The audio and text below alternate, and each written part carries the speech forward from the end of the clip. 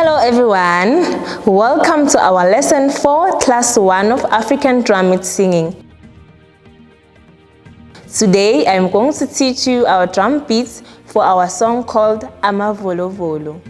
Amavolovolo is a Zulu song that was sang in pre-democratic South African, and it tells a story of people who were afraid to go to KwaMashu, the township outside Durban in KwaZulu-Natal, because there was much violence. Now I am going to teach you our drum beats, which are bass, tone, tone, tone, tone, tone. We are going to try them on the drum. Ready? 5, 6, 7, 8.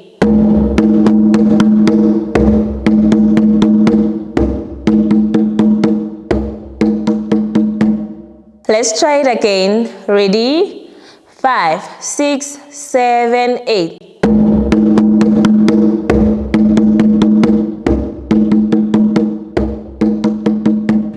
This is the end of our African drum beat singing. If you are interested in learning more with us, you can hit the like button, comment, and subscribe. See you next time.